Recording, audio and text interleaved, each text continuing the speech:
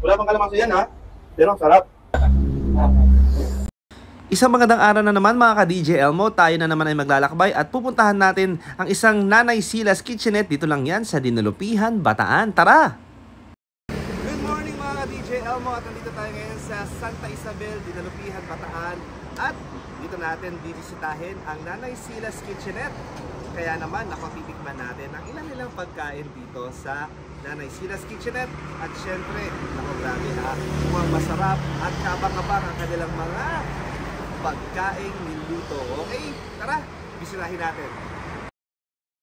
Dito sa Nanay Silas Kitchenette ay marami silang menus at syempre meron silang sikat na pansit na may sabaw at ang kanilang pansit gisado. Tara, maya-maya tikman natin ang kanilang pagkain. At meron din silang napakasarap na siopaw. Nako, paborito pa naman to ng marami. At eto na, nire-ready na nila ang aming kakainin. Ito ang kanilang pansit gisado. Nako ha, paborito ko pa naman ang pansit. Ang bango.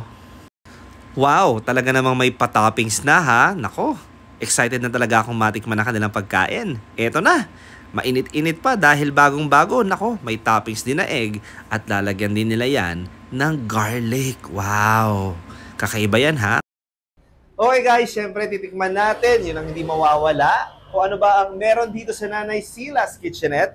Meron silang rice with alige, syempre may kasamang spam. At titikman din natin ang kanilang specialty, ang kanilang pansit gisado. Tapos nilagyan siya ng egg at nilagyan din siya ng garlic. Tama ba? Ayan. Ito na, titikman na natin ang Nanay Silas pansit gisado. Ang nilagay nila dito ay atay. Hindi sila naglalagay ng chicken. Normally, chicken ang nilalagay sa mga gisado, di ba? Pero dito nilagyan nila ng atay at nilagyan nga nila, sabi ko nga kanina, nilagyan nila ng egg at nilagyan din nila ng garlic. Kaya napakasarap dito. Tikman na natin.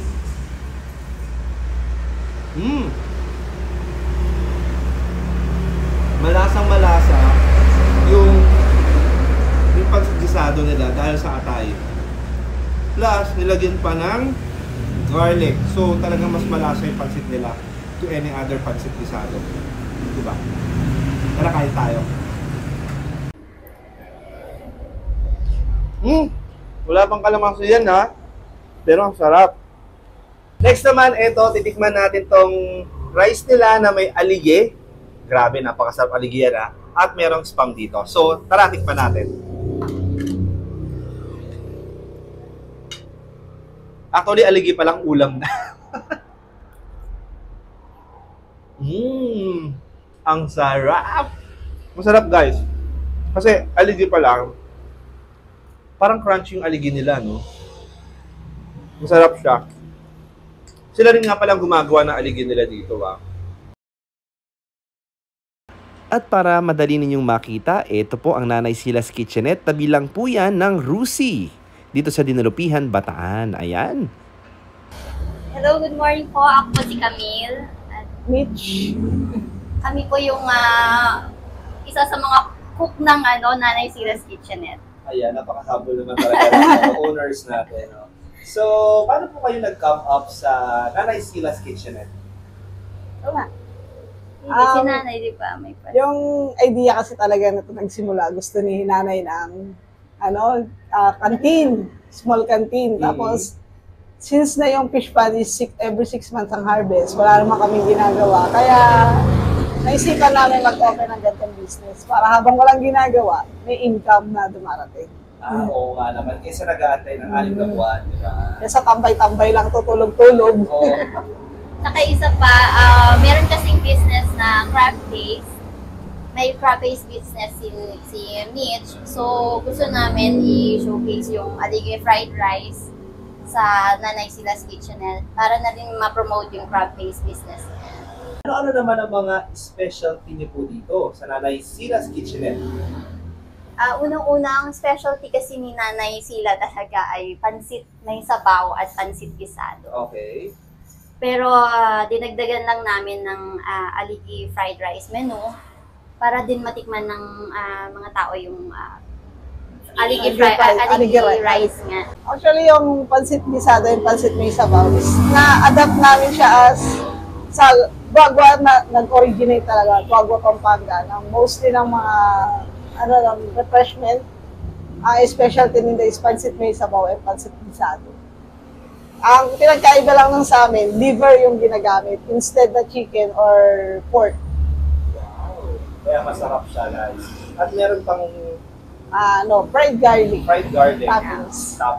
Ang pansit may sabaw naman, ang mga toppings niya yan, fried garlic, chicharon, egg, tapos syempre meron siyang gatas. Yung pinakasabaw niya is pinaka- gatas. Sabaw niya.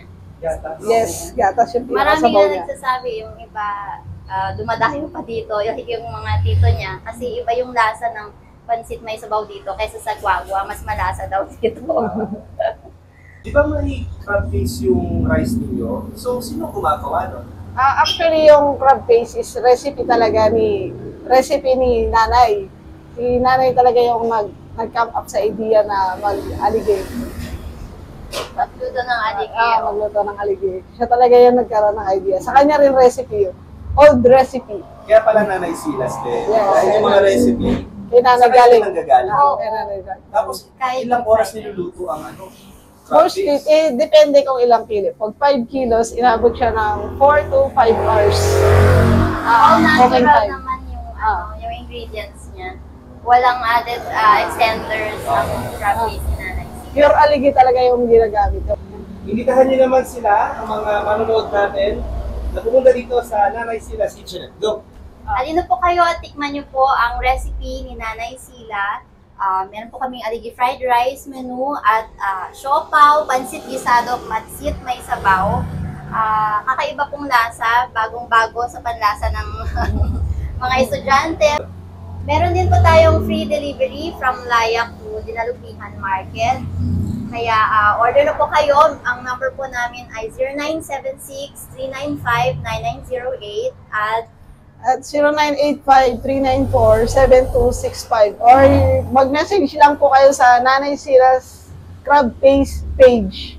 sa Facebook. Facebook page. Ayan. So maraming salamat po for having us here sa Nanay Silas Kitchenette. At grabe, masarap ang pagkain nila dito. Promise yan, okay? Kaya naman yung mga behero natin dyan, mga riders natin dyan, all the way from Olongapo, Zambales, na papunta ng Manila, o papunta ng Bataan, dumaan, hindi pwedeng hindi kayo dadaan dito sa Dinalupihan. Punta lang po kayo dito sa Nanay Silas Kitchenette. Nakikita nyo naman po along the highway lang po ng Dinalupihan, Bataan. Okay? So maraming salamat po. Bye-bye! Bye-bye na tayo! Bye!